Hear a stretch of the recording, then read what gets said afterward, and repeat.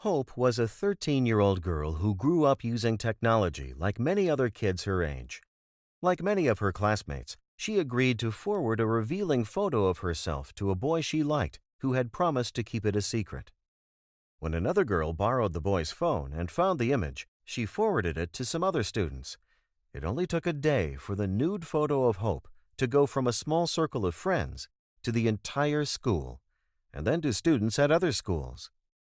In addition to being embarrassed, Hope was taunted and bullied by her peers, who called her horrible names online and in person.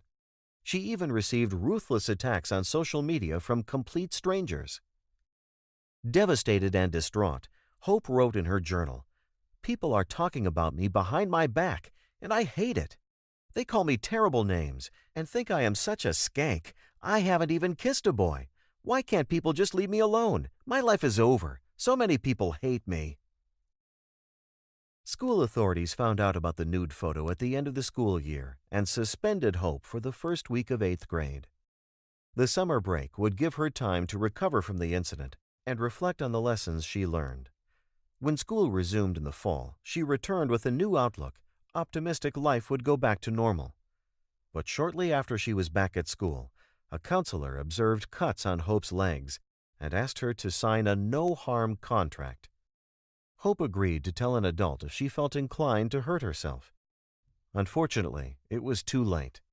Within the first few days of the school year, it was clear Hope couldn't escape the bullying. Once again, she turned to her journal. "I'm done. I can't go back and face everyone again. I want to try and strangle myself. I hope it works." Unfortunately, Hope succeeded, leaving behind a legacy of pain, hurt, and people haunted by the devastating things they did and said to her. Hope's story is just one among thousands of teens that commit suicide due to cyberbullying. Teen suicide is on the increase, and now one of the top 3 leading causes of death for teenagers 15 to 19 years old. Easy access to the internet has led to an increase in cyberbullying, statistically making it more prevalent and more dangerous today than ever. There is no escaping cyberbullying and the damage it causes. With more than 85% of teens owning their own device and nearly 95% having their own cell phone, texting and social media posting has become a part of daily life. On average, teenagers send between 60 and 100 text messages a day. They are connected and using a mobile device or computer for more than 12 hours a day. Nearly 50% of teens surveyed admit that they have been cyberbullied or involved in cyberbullying. When cyberbullying occurs, there is no way to gauge how the person being bullied is feeling, if they have support from family or friends, or if what is posted will prompt them to commit suicide. What is known is, if you are the cyberbully, hurting another person this deeply will haunt and hurt you for the rest of your life. To gain a better understanding of just how damaging cyberbullying can be, let's talk about what cyberbullying is and how it differs from other forms of bullying. Under most laws, bullying is referred to as harassment and threatening or intimidating another person. Cyberbullying is the use of technology to harass, threaten, embarrass, or target another person. In relation to cyberbullying, harassment is defined as conduct directed at a specific person that would cause a reasonable person to be seriously alarmed, annoyed, or harassed. The 2 most common types of cyberbullying include direct attacks, messages sent directly, and cyberbullying by proxy, using others to help cyberbully the victim, either with or without the accomplice knowing. This is most often accomplished through social media. In the eyes of the law, if there is a victim and you are involved in the harassment, even as a bystander, you could be in trouble in the eyes of the law. Let's take a moment to look at some of the legal terms used in relation to who is involved. The first term is the target or the victim. This refers to the person who is being bullied or harassed. The next term is the actual bully, who is called the aggressor. This is the person that is delivering the crime or targeting the victim. The bully is trying to forcefully shift or gain power and maintain the power position. The bully can do this by themselves or with co-conspirators, proxies, who can then also be legally responsible. Finally, there is the bystander. This person is not involved in the crime, but is witnessing it all happen. This person sees what is happening, but is not willing to speak up and/or sometimes is involved with encouraging the behavior. It is important to keep in mind that bystanders, if identified, can be just as legally responsible as the bullies themselves. This is especially true if the bystander starts to weigh in or comment online at any time during the bullying. Once the bystander participates in the bullying, that person becomes a bully under the eyes of the law. The target or victim, bully, and the bystanders can be anyone at school or at home. For example, in an educational setting, bullying might involve two students, a teacher and a student, or a parent and a student. In any of these situations, either party can be considered the aggressor or bully and the target or victim. Even adults that join in posting hurtful or negative remarks can be considered cyberbullies and can be prosecuted under the law. People who witness the events and say nothing to stop the situation would be considered the bystanders. Cyberbullying is repetitive, intense, hurtful, and purposely damaging.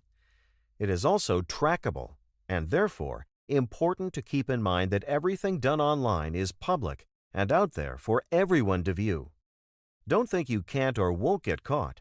Once law enforcement gets involved, there is no such thing as an anonymous cyberbully. With the right investigation software, tools, and techniques, everything, even apps or sites that claim they are anonymous, can be accessed, and the cyberbully can be identified.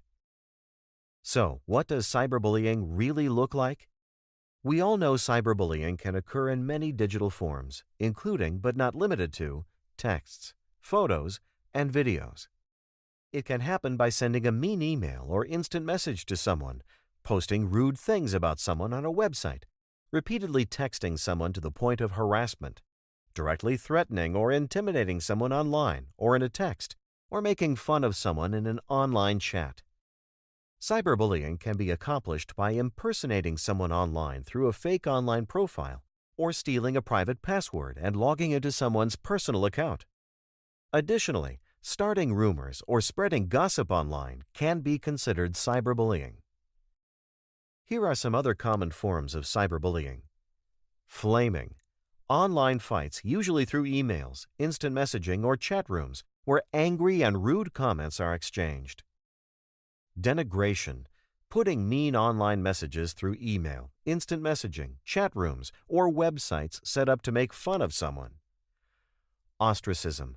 Intentionally leaving someone out of a group, such as instant messaging, friend sites, or other online group activities.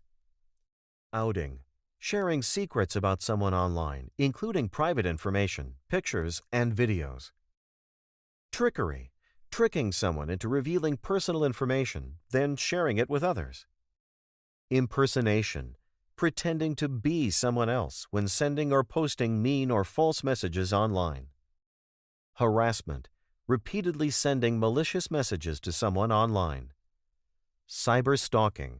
Continuously harassing or denigrating someone, including threats of physical harm. Texting is one of the more common ways to cyberbully by name-calling or harassing. Another common means is the sending or sharing of photographs and videos, like the situation when Hope thought she was only sending a photograph to her boyfriend. Sharing a photograph with someone, even though you trust them, frequently becomes an item for all to see. Secretly filming an embarrassing moment and sharing it makes it instantly accessible to the public. Remember, once an image or message is sent into the digital world, you have lost the ability to stop it or control who is able to view it. The image is now public and permanent. Because many students commit cyberbullying at school, during school-sponsored activities and events, or on school transportation, utilizing school-owned technology, the school becomes involved in the punishment and any disciplinary action that follows. Further, if it is determined that a crime has been committed, law enforcement becomes involved, and fines and jail time will likely be considered. Instead of being the bully or the bystander, stop this cycle and become a digital citizen by standing up for others. Becoming a digital citizen begins with creating a social circle of people who care and are willing to stick up for each other. If you are the victim or the bystander, here are some tips on what you can do to get help. First, tell an adult what is happening and ask the adult to help you. Talk to a teacher, parent, or principal. Then try to calmly separate yourself from the situation by limiting your use of technology and social media. Utilize privacy setting to help prevent or block potential harassment. If you are feeling threatened or you witness others being threatened or intimidated, immediately get help from an adult or the police. Be sure to reach out for help from adults, especially when threats or weapons are involved. If there are threats of serious physical injury, threats of hate-motivated violence, or someone is hurting themselves or talking about hurting themselves because of cyberbullying, you must do something about it. Oftentimes, it is hard to speak up and reach out for help, especially when you are the witness or bystander. However, when serious threats are made, be brave and stand up for yourself and for others, as this can help save a life.